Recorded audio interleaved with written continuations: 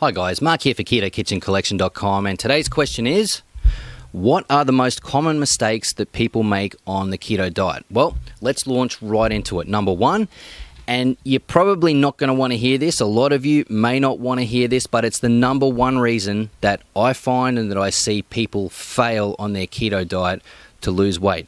And that is, quite simply, they're eating too much food because they're not tracking the amount of food that they take in. So it doesn't necessarily mean that you have to count calories and you have to, portion control everything you eat. The keto diet, because of the nature of it and how different it is to the highly refined carbohydrate foods people typically eat on a Western diet, if you're not tracking anything on a keto diet, a lot of people will lose weight quite successfully. However, there are some of you out there who will still maybe not gain weight, but your weight loss will be very slow or non-existent. Often that's because really the only reason that is because you're simply eating too much. How do you combat that? You track the amount of food you eat, and it gets no more complicated than that. Now, the process of tracking the food you eat and tracking the calories and so forth, there is a small learning curve to doing it, but once you've done it for a week, guys, you'll know what's in the food that you eat. You won't need to continue doing it. You'll have a really good idea of what energy and calories are in the food that you take in, and after a week, you won't need to keep doing it, typically speaking. So if you're not losing weight on the keto diet, one of the big mistakes is that you're simply eating too much. Track your food for a week, you'll eliminate that problem. Number two is that you're not in ketosis. People will start a keto diet, but they're actually not in ketosis because they're eating too many carbs and they're not tracking their carbs. Again, this kind of goes hand in hand with tracking your calories and the amount of food that you do eat and portion controlling it.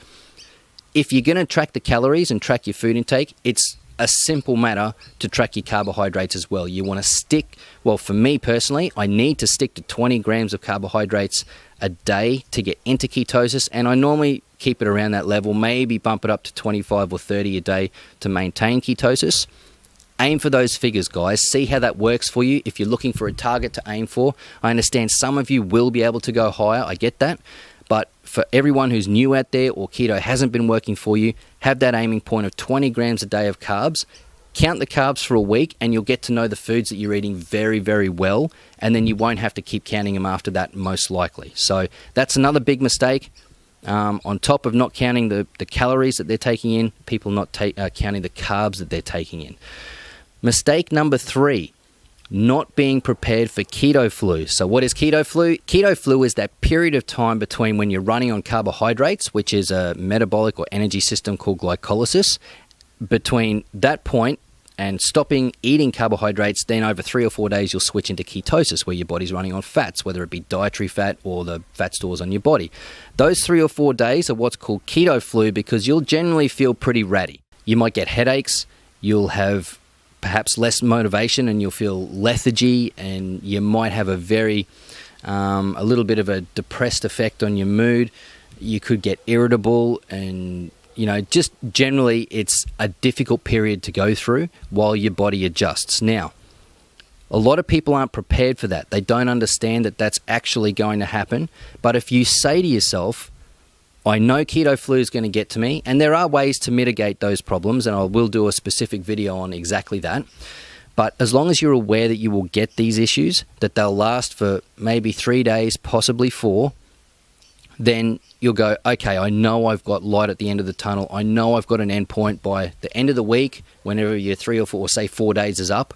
And look, some people may be less, some people may be more, but let's say 3 or 4 days on average. As long as you know that there's a light at the end of the tunnel, you'll see that through. A lot of people will get halfway through the keto flu period and not really understand that this was going to happen, or that it may be as severe as it is for some people, and they'll jump off the diet. I know when I was going through it, I probably wasn't as aware of it as I could have been. And look, it's not terrible. You've just got to be aware that you'll feel irritable, you'll have some lethargy, you might get some mild headaches and that sort of thing. Just be aware that it's going to come along, guys, and know that it might be there. The different symptoms could change from day to day, and you'll have it for 3 or 4 days, and then you'll feel fantastic. Okay, once you're in ketosis, it really, really does feel good for the most part. So be aware, keto flu is something that can stop a lot of people from actually getting into ketosis because they just can't see the light at the end of that tunnel or think that that's what the keto diet feels like, and that's absolutely not the case. Mistake number 4, and the last one that we'll speak about, is meal preparation.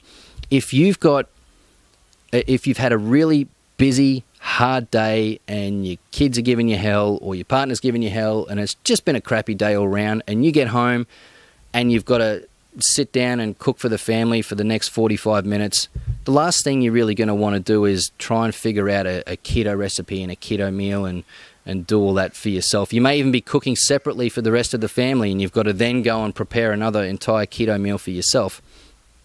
For me, if I get to that sort of scenario, that's when I fall off a diet, because it's too much hassle. So how do I get around that sort of thing? I pre-prepare as many meals as I can of whatever is keto approved food and keto recipes, and I stick them in the fridge. Okay, so I might have 5 or 10 meals ready to go. Sometimes they'll all be the same thing. Sometimes there'll be multiple different things. Typically, I'll try and, when I make any particular meal, if it's something I can store in the fridge, I'll make 5 or 6 of them and just put them in the fridge, because if I'm desperate for food and I just can't be bothered because I've had a garbage day, it's easy to go into the cupboard and get something that's not at all keto approved food, that's full of carbohydrates, and you'll just bump yourself right out of ketosis and you'll fall off the keto diet.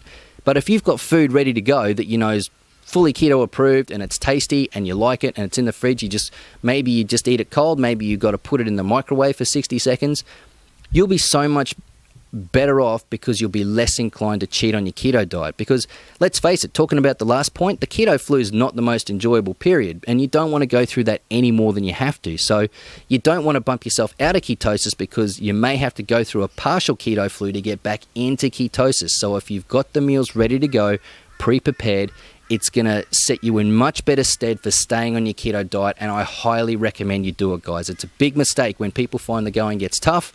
They turn to the food that's really simple and easy, and that's typically not the keto approved food. So what's your experience, guys? What did you find was a big mistake you made when you started going on a keto diet? What would you recommend that other people do so that they can learn from your mistakes? Join the conversation below. If you do have any questions or queries for me, you can get the link below that takes you directly to my website, where you can contact me directly. I can put your question into a video just like this one if you'd like me to. So thanks again for watching the video all the way through. I appreciate you guys and the time you've given me today. I'm Mark from KetoKitchenCollection.com, and I'll see you guys on the next one.